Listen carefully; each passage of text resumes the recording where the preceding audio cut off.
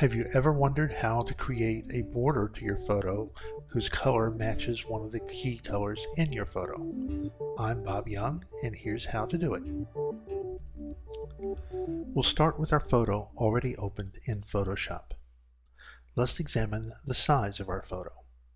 Select Image, Image Size, and let's convert the dimension units to inches. And you will see that our photo is currently 12 inches wide by 8 inches tall. Let's add a ½ inch border on all sides of the photo. This will give us an image that is 13 inches wide by 9 inches tall. So we'll cancel out of that for the time being. Now, if you look at the Layers palette, you will see that currently this layer is a background layer and it is locked. This will cause problems for us. If we want to increase the canvas size by a ½ inch on all sides to get a 13 by 9 border, while this is a background layer, we'll actually get a solid white border. That may be okay for our purposes, but if you have any white areas along the edges of your actual photo, this may become problematic, since Photoshop may not be able to distinguish where your border ends and the photo begins. To be safe, we would like the border to be transparent. Here's how we do that. We simply go over to the layer on the Layer palette and click the padlock to unlock it. It is now labeled Layer 0. Now we can add a transparent border. Let's click again the Image menu item, but this time choose Canvas Size. Let's make our canvas 13 inches wide by 9 inches high.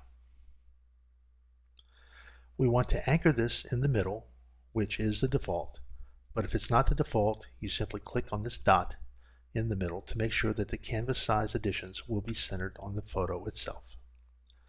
Now we'll click OK, and you'll see we now have a canvas which is 13 inches wide by 9 inches tall with a ½ inch border all the way around. And this border is transparent. You can tell this by the checkerboard pattern.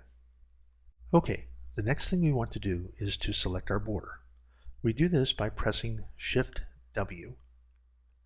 We want the magic wand that looks like this. If you get the quick selection tool instead, which looks like this, press Shift W again to get the magic wand. Now take the magic wand tool and click anywhere in the checkerboard border.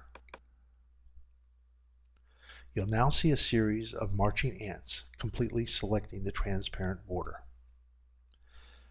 Now, to be safe, we want to modify our selection slightly. Click on Select and Modify and choose Expand. And let's expand our selection by 5 pixels. Clicking OK. What we have done here is to make sure that we don't have any gaps between our border when we add color to it and the actual photo itself. Now we need to select the color we want to use for our border. Let's look at the color palette over here, and you will notice that we are set in the default mode where black is the foreground color and white is the background. Now we want to change the foreground so that it matches some particular color in our photo. We'll do that by clicking on the black square in the palette, and you will see that our cursor has now changed into an eyedropper.